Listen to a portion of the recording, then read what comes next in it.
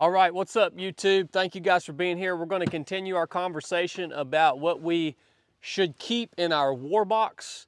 And the last episode, you guys know we talked about consumables, batteries, cordage, that type of stuff. And today we're going to talk about what type of kit we want to have in our war box. There's a couple different options, different price ranges, good, better, best type of deal. So I'm going to show you guys what kit that I keep in my war box, and then I'll show you guys a couple other options. Before we proceed with this, I saw a lot of comments on the first video when I was explaining to you guys what I keep in the war box.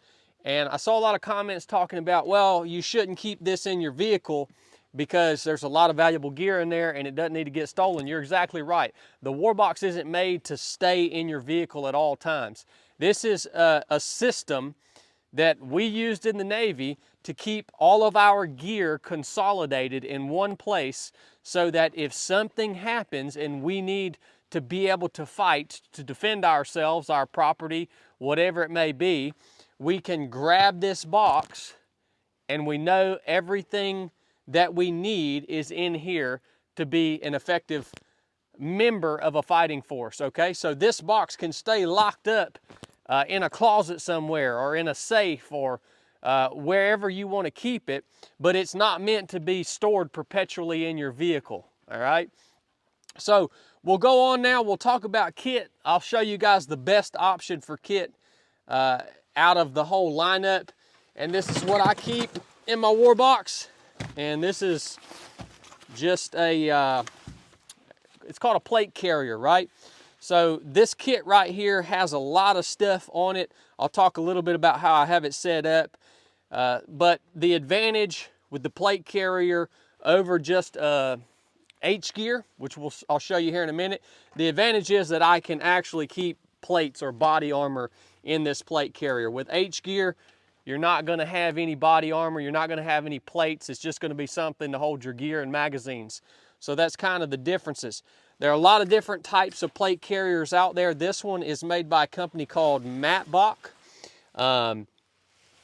Really, this is top of the line. This is a top of the line plate carrier. It's super light. It is comfortable. It's cut well. Just everything about it is good to go. Now, you can buy cheaper versions, but I will tell you, you're probably better off just to go ahead and get a good plate carrier if this is the route that you're going to go, because it's going to last you a long, long time. I mean, these things, even under heavy use, are going to last a decade or more, and that's if you're using them quite a bit, right? So this is a Matbach plate carrier. The plates that I have in here are made by a company called Shot Stop. They're great. We've tested them. They're lightweight and they stop bullets very effectively. So those are Shot Stop plates. How do I have it set up?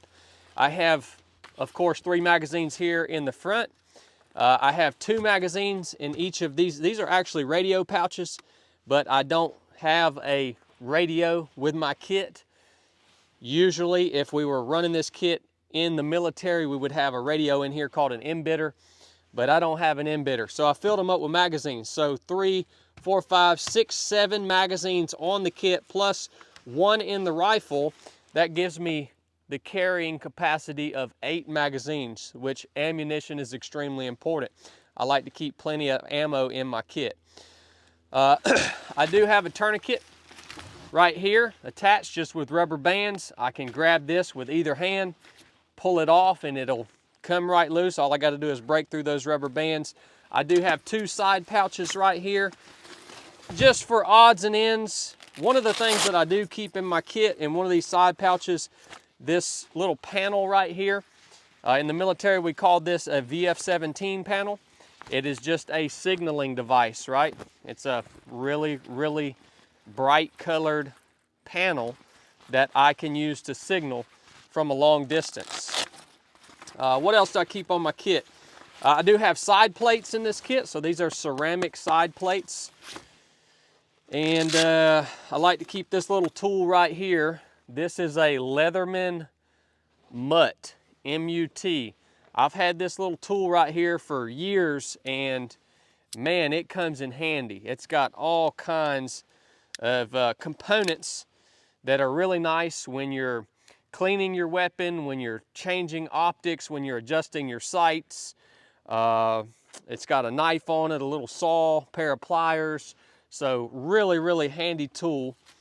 I keep that with me. And that's pretty much it, simple. I got a big pouch on the back for whatever, you know, a little bit of food, something like that would go in there, potentially a bladder to store water in.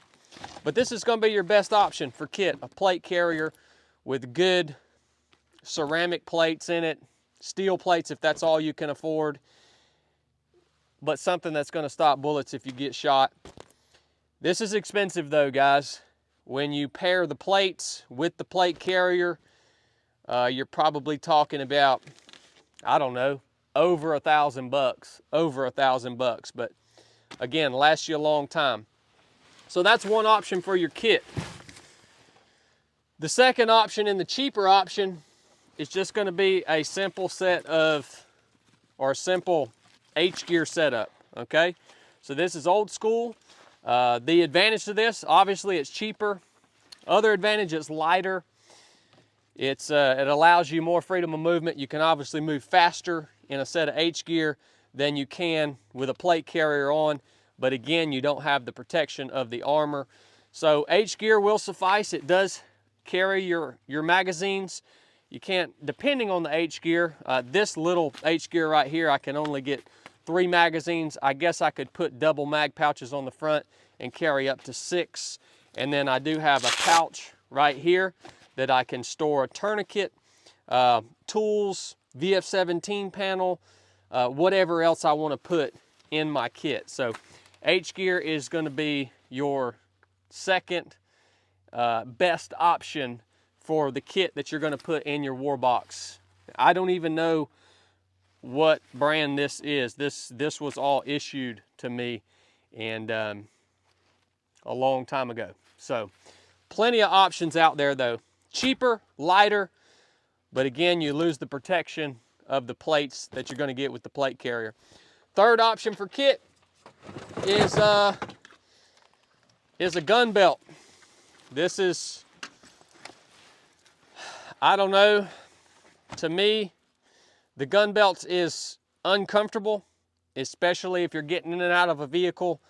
It's got a lot of stuff around your waist. I would prefer H-gear, but you can use the gun belt to carry your magazines. You can put, you know, your M4 mag pouches on your gun belt.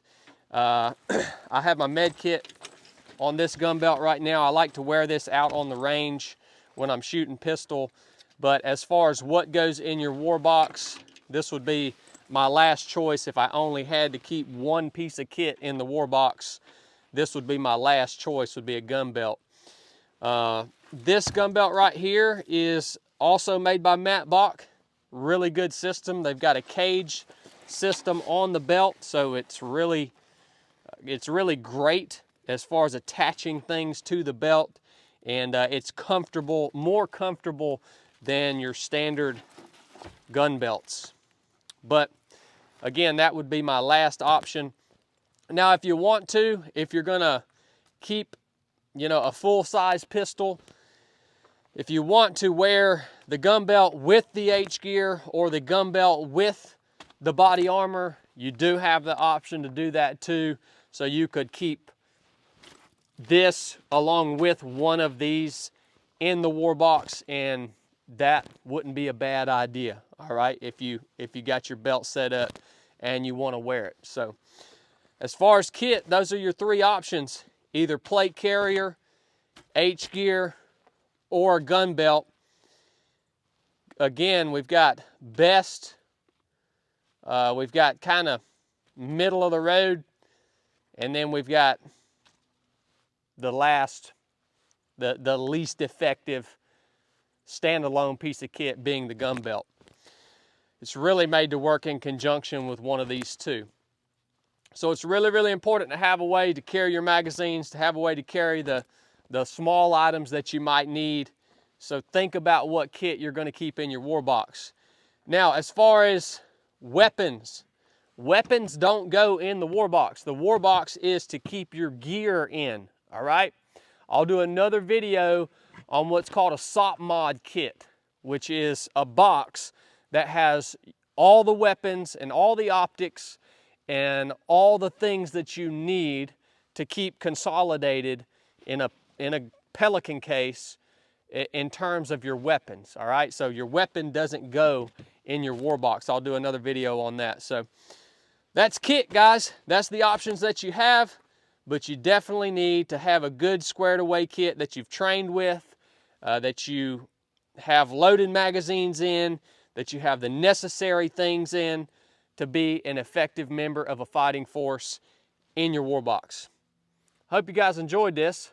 I'll do another video explaining the rest of what's in this box sometime later on. You guys drop a comment. Let me know if you have any questions that I can address next time we talk about the war box, and we'll keep going on. Hopefully this helps you guys be better prepared and consolidate your gear into one place so that you're not running around like a chicken with your head cut off when the time comes. Love you guys. Enough said.